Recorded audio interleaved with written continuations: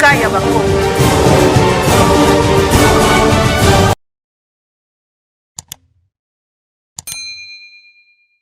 Ba ndeko balandi mbote na bino nyonso tosili koya boyebi tolamuki na ntongo lelo na ndenge tokendaki toujours koloba na bavideo eza na chaîne na biso Congo Avenir avec beaucoup de tristesse, quel que soit biso bato mabe oyo tokoki kosala mais tokoki kobuka yango na lolenge wana te. Congolais aza peuple moko ba comportement tokomi komona azalaki na yango te. Qu'est-ce qui se passe au juste? Quel que soit mabe ou mutasali, il y a une façon de le faire payer. Pour bengisa ye, boyoka ye, bo juger ye. Si ça demande la condamnation, vous le condamnez. Il purge sa peine. Et non, yakotika li botanaye, bananaye. Au moment où on a 21e siècle, toyebi force, il y a réseaux sociaux. Ba image wana ekotika laka seko na réseaux sociaux ba romonaka papa na biso ndenge nini atikaka mokili de cette façon ibana wana mwasi oyo mutazalaki na ye libota na ye bakozalaka ndenge nini. Comment venir représenter ba sincère condoléances na libota nyonso ya ancien ministre ya transport Chéribin Okende na oyo pe azalaki député national na liste ya Ensemble pour la République. Parti politique na ye euti ko acté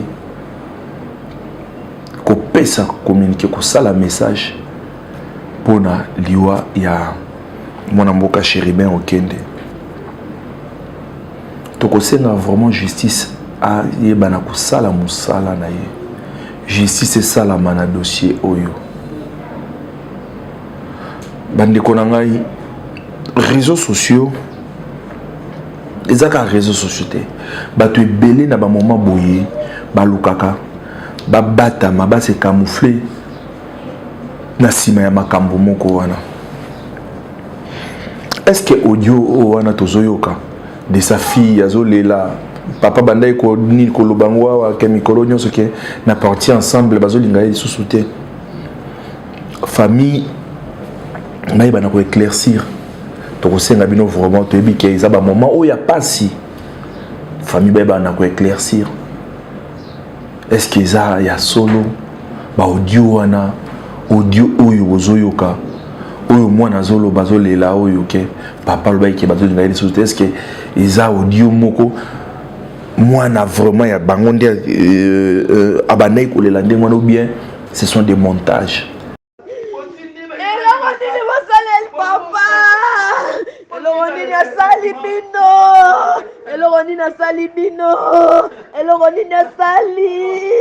Ah, voilà bakanga ya takokanga toketa la prison papa nyamane tumba Chéribin Okende papa papa la papa Chéribin la papa no bono wapi eloko bosali Boyoka, message, Moïse Katumbi était en Côte d'Ivoire, mais a écourté ses jours naïe. Très abattu, très affecté na disparition. Il y a Moko, il y a lieutenant naïe, Chéribin Okende. Je suis vraiment en colère. Chéribin a été assassiné. C'était un assassinat politique. Il portait la voix du parti. On veut nous faire taire. C'est pourquoi je rentre au pays. Nous allons demander une enquête indépendante. Car Chéribin, c'était un homme bien, un père de famille, un homme très pacifique, très loyal. Il a servi son pays. Il a été assassiné sauvagement.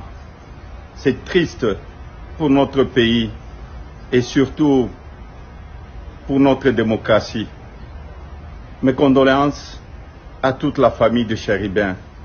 Je suis en route et je rentre chez nous et bientôt je serai à Kinshasa pour pleurer Chéribin. Bandeko nangai wana bo uti ko Moïse Katumbi. Tolina ki vraiment to tchela bino, to ko tchela bino na boss na ifana bandeko wana bandeli. Message ya suka ya mwana mboka Chéribin okende avant akufa. Message na ye ya suka. Boko ka ona masolo yo. Mais avant to tchela yango parti na ye et s'il y a la déclaration, s'il y a la communiqué officiel. Bossi là, avant de communiquer, il y a parti naïe. Régime Mustapha Amega ko proposé biso, moi condensé, il y a lié et si kaoyo, bah il ko retrouver mutuka moko wana parce que banda lobi banda ko mona na temps ba enlever. Où il faut justice à éclaircir sur le dossier, on a des ala qui vraiment banani. Et ils ont les kilabiso, tout le monde comme ça la réflexion mouké avant tout changer nos éléments. Na selon l'information de Toyoki, il était accompagné d'un chauffeur dans une garde du corps. Il faut bayoka bango. Bayoka garde du corps, bande koto se laisser emporter dans makambo te. Et si quand il y a meurtre, là où Mouta Koufi, Bazaration a confiance dans Moutoté. Tout le monde est suspecté. Na chauffeur, na garde du corps.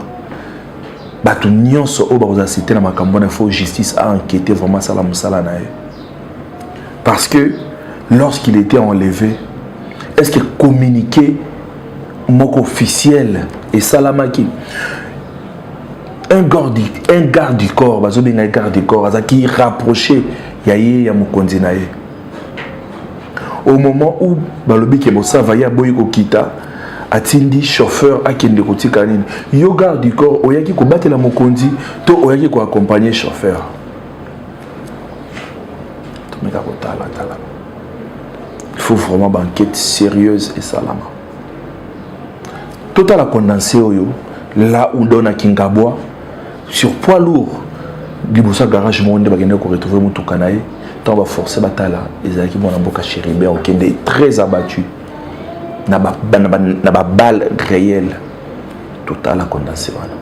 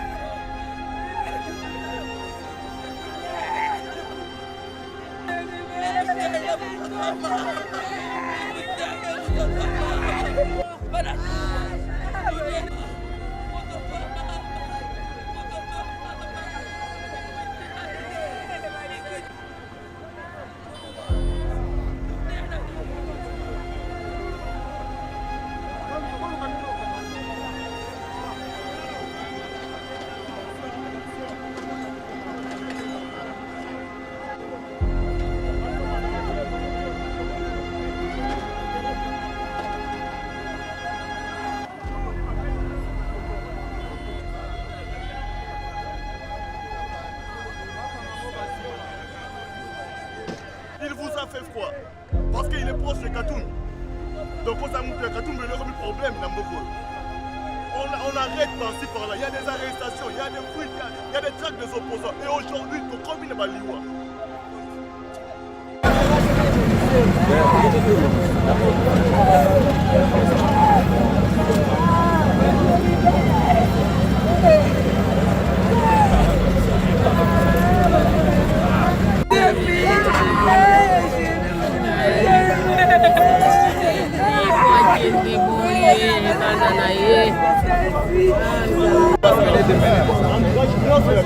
Les résultats seront binaires.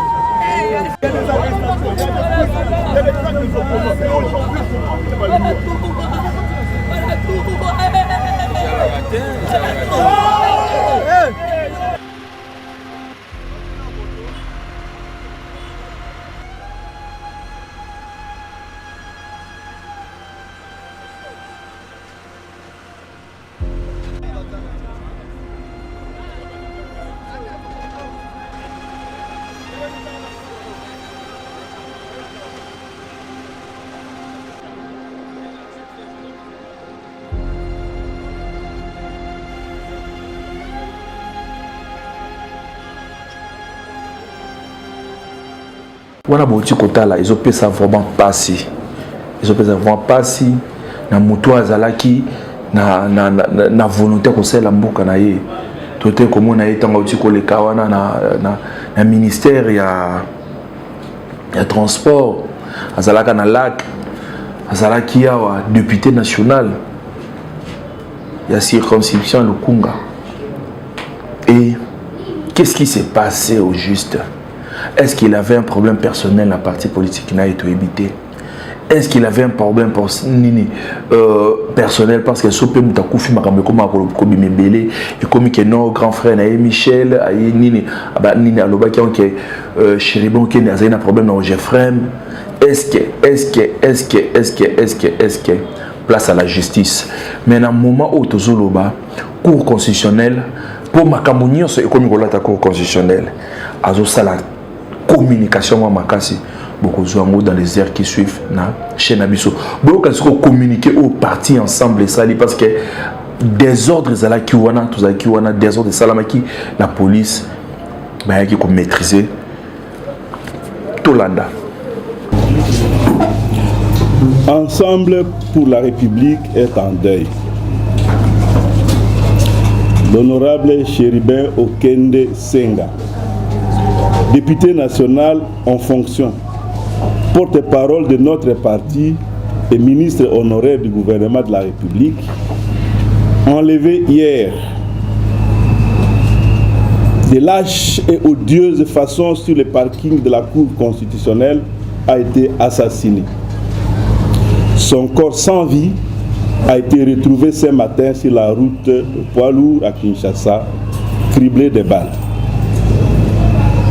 Il s'était rendu à la Cour constitutionnelle afin de déposer une lettre de report à l'invitation reçue le jour même et lui envoyé par un juge de cette cour pour une séance de travail en rapport avec sa déclaration de patrimoine. Ensemble pour la République, qui a condamné dès hier cet enlèvement crapuleux, est consterné par cet ignoble assassinat qui rappelle les vieilles pratiques dictatoriales des régimes aux abois. Cet acharnement malsain sur l'opposition politique et en particulier Ensemble pour la République a atteint son paroxysme et la succession des événements suivants en atteste. L'interdiction au président de Ensemble pour la République de s'émouvoir dans les provinces du Congo central et du Kwilu. L'enlèvement de l'honorable Mike Mukeba Ikoso de son domicile. L'enlèvement brutal et arbitraire de Salomon Kalonda Ididela sur le tarmac de l'aéroport de Njili. La perquisition des résidences du président national de Ensemble pour la République à Kinshasa, de Salomon Kalonda Ididela et de sa mère à Lubumbashi. L'arrestation d'autres acteurs politiques dont le péché principal est d'être étiquetés proches du président d'Ensemble, tel que Franck Diongo. Il y a lieu de craindre que le discours du président de la République à Mbujimaï, dernièrement, sur sa volonté de durcir la répression en faisant fi des droits de l'homme et des libertés des citoyens, servent d'accélérateur à cette dérive. Si l'on peut se faire enlever dans l'enceinte de la plus haute juridiction du pays, la Cour constitutionnelle, et se retrouver sauvagement abattu quelques kilomètres plus loin, c'est que nous ne sommes plus en sécurité nulle part en République démocratique du Congo. Nos larmes sont d'autant plus amères que Chéribin Okende était la voix du parti. Il assumait ses fonctions de porte-parole avec un engagement sans faille. Et comme vous le savez, le 28 décembre dernier, le ministre Chéribin Okende avait démissionné du ministère des Transports pour répondre librement et en toute responsabilité à la ligne de notre parti. Élu de Kinshasa, Chéribin était une personnalité reconnue et très appréciée tant dans le monde politique qu'au sein de la société civile. Un vrai digne fils de ces Congo malmenés. Ce crime est un assassinat politique. Nous exigeons une enquête indépendante pour identifier les auteurs et les commanditaires de ces crimes d'État qui ressemblent en tout point à l'affaire Tchébé. Nous n'accepterons jamais que notre pays devienne une jungle où l'on assassine impunément. Soit le pouvoir contrôle tout, alors il en est commanditaire, soit il ne contrôle rien, alors il est dangereux. Mobilisons-nous d'abord pour rendre un hommage digne à notre frère Chéribin Okende. Ensuite, pour que toute la vérité éclate au grand jour. Et enfin, pour résister à tout jamais au pouvoir de l'arbitraire et de la barbarie. Merci. Merci. Wana bosili koyoka communication ya parti ensemble na o etali liwa ya moko na bango baza vraiment très touché. Tomoni wana bandeko Francis Kalombo azokokata koloba te. Ya komona neti maseki mutu azali susuté. Mutu azali susuté na forme nini? Ya ngwana zo sala passer. Et to ko proposer no pour que to kabona na biso na masolo na biso. Nini ozala ki message ya mwana mboka Chéribin Okende tokokanisa kaka na ndenge o nyonso ya salela ki mboka na nyonso o banda ekoloba message nini alobaki avant sa mort. Est-ce que aibaki asala message wana? Est-ce que pour comment que no chaque jour comment kolanda ye comment consentir baza ko sala filature to sila kolanda message naï. Ma base de la Lukunga, je leur dis, nous devons avoir foi en nos vertus républicaines. Le combat politique, il est difficile, surtout que nous avons de partenaires à un certain moment qui ne rassurent pas. Alors, je crois que nous devons tenir bon pour aller de l'avant. Au peuple congolais, d'une manière générale, nous sommes dans le mois de janvier, un mois de martyrs. Souvenez-vous que l'histoire de notre pays n'est pas un hasard. C'est au mois de janvier que nous avons eu des martyrs de l'indépendance. C'est au mois de janvier qu'on a assassiné Patrice Emery Lumumba. C'est au mois de janvier qu'on a assassiné Laurent Désiré Kabila. Donc le mois de janvier doit avoir des fondements mythologiques de notre nation en tant que peuple uni qui ne trahira jamais le Congo, un peuple qui sera fier de sa souveraineté, de son indépendance, comme l'a professé Patrice Emery Lumumba, comme l'a aussi professé Laurent Désiré Kabila, ne jamais trahir le Congo, prenons-nous en charge. Alors si nous intégrons ce fondement mythologique dans notre approche, pendant ce temps de remise en question de la dynamique politique de notre pays, peut-être que nous pourrons tirer un substrat essentiel qui puisse valoir la peine d'être suivi pour le bonheur de notre peuple. Finalement, si nous faisons de la politique sans être en communion avec la population, c'est une politique indécente qui fera toujours que notre classe politique soit conspuée finalement par nos compatriotes qui nous font confiance, mais faisons un effort, ça c'est à la classe politique, pour nous mettre au diapason des attentes de ceux qui croient que avec notre leadership, le Congo peut aller de l'avant. Notre génération doit être beaucoup interpellée. Quand nous étions encore étudiants, nous disions que nous étions une génération sacrifiée par nos parents, nos papas. Mais aujourd'hui, c'est nous qui sommes aux affaires. Nous ne devons pas nous permettre de sacrifier nos enfants et des générations à venir. Essayons de faire l'introspection, rattrapons-nous pour que le Congo aille de l'avant. Merci na confiance na fidélité oyo. Bozala ki nango bomoni attitude otozana yango. Eza mutu moto ibana kinaye. To ibana kinaye. Quel que soit oyo azala ki, quel que soit mabe naye, quel que soit malamu naye, akokai ko suka ndenge wana te. Bakokai ko traiter ndenge wana te. To yebi bien, justice à makasi, vengeance à makasi ezala pa nzambe. Courage na libota na ye mobimba. Bana na ye, surtout moi si na ye pendant ces moments de dur labeur. Toute sa famille, son frère Michel, Otoyebaka personnellement. Bandeko na ye nyonso. Famille à parti politique na ye. Tout bandi était, cette fois-ci vraiment, malgré que le chef de l'État décrié, que la justice l'a rendu mauvais service, mais loko la justice est utaïko la moka. Bah il va vraiment na quoi enquêter. Toye baba nani nde baza sima ya liwa ya mwana mboka Chéribin Okende. Merci na équipe technique oyo ya makasi ya Congo Avenir. Merci bandeko na ngai ko soutenir biso. Ezana bandenge belé oyo bino boyebi. Mais bokoka pe na ko s'abonner, bo partager ba vidéo na biso, bo liker yango. Et repérer ça sur courage ya ko ça la bino musala malamu. Plus de 143 81 369 17 43. Que Dieu bénisse la République démocratique du Congo. Congo Avenir. Mboka ya Bakongo.